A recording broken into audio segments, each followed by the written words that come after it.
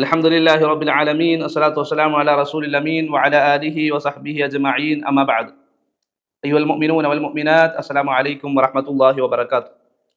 നമ്മൾ പുതിയ സൂറത്തിലേക്ക് പ്രവേശിക്കുകയാണ്. ഇസ്മു സൂറത്തുൽ മുഅ്മിനൂൻ.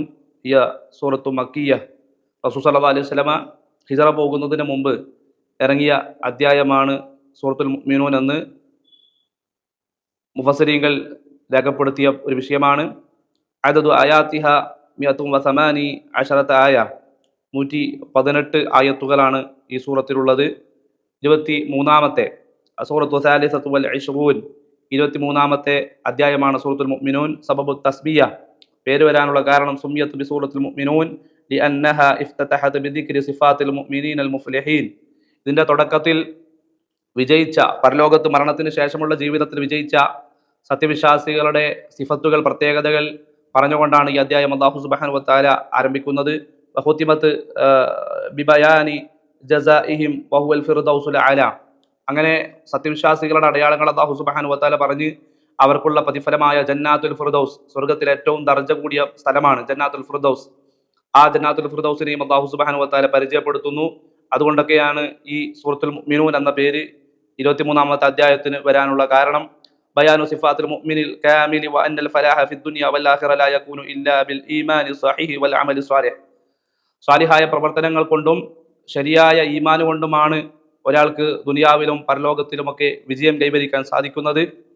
അങ്ങനെ അല്ലാഹു സുബ്ഹാനഹു വ തആല സത്യവിശ്വാസിയെ കുറിച്ച് പറഞ്ഞതിന് ശേഷം അവരുടെ അടയാളങ്ങളും പ്രതിഫലങ്ങളൊക്കെ പറഞ്ഞിട്ട് സുമ്മ ദക്കറ അല്ലാഹു തആല ഫീ സൂറത്തി അദില്ലത്തുൽ ഖൽഖി വഖിസസുൽ അംബിയാഇ കനൂഹ് വഹൂദ് വമൂസ വഈസ അലൈഹിമുസ്സലാം. നൂഹ് നബിയെ കുറിച്ചും ഹൂദ് നബിയെയും മൂസാ നബിയെ കുറിച്ചും അങ്ങനെയുള്ള നബിമാരെ കുറിച്ചൊക്കെ അല്ലാഹു സുബ്ഹാനഹു വ തആല ഈ അധ്യായത്തിലൂടെ പരിചയപ്പെടുത്തുന്നുണ്ട്. വഅഖാമൽ ബറാഹീന അല തൗഹീദി വൽ ബഅസ് സുമ്മ ഖതമഹാ ബിദിക്രി ഫൗസിൽ മുഅ്മിനീൻ വഖൈബത്തിൽ കാഫിരീൻ. തൗഹീദിനെ കുറിച്ചും അതുപോലെ തന്നെ പുനരുദ്ധാരണ നാളിനെ കുറിച്ചും ഒരു സത്യവിശ്വാസിയുടെ വിജയത്തെക്കുറിച്ചും ഒരു കാഫിറിന്റെ പതനത്തെക്കുറിച്ചും ഒക്കെ എന്ത് ചെയ്യുന്നുണ്ട്, ഈ അധ്യായത്തിലൂടെ അല്ലാഹു സുബ്ഹാനഹു വ തആല വളരെ ഗൗരവത്തിൽ വിശദീകരിക്കുന്നുണ്ട്.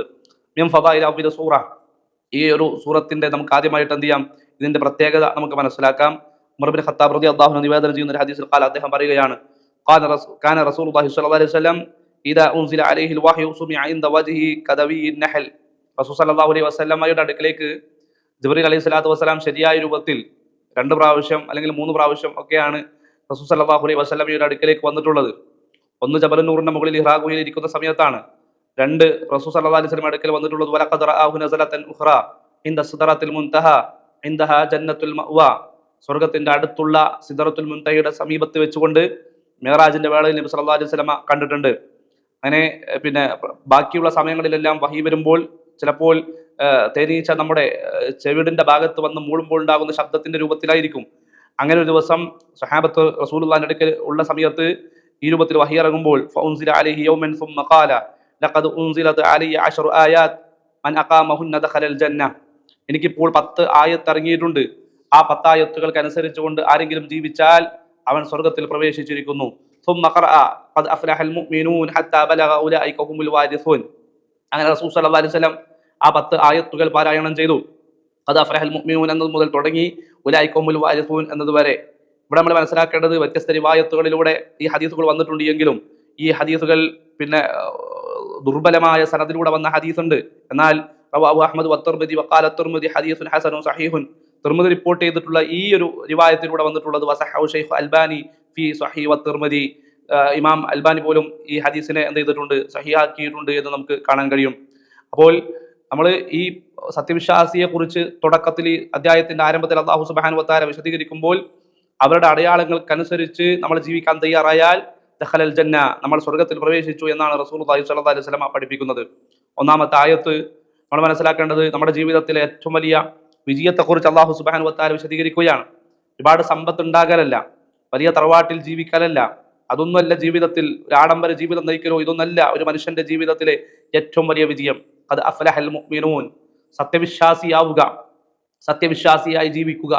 അതാണ് ഖദ്, തീർച്ചയായും അഫ്ലഹ, അല്ലെ, ഏറ്റവും വലിയ വിജയം ആർക്കാണ്? സത്യവിശ്വാസിക്കാണ്.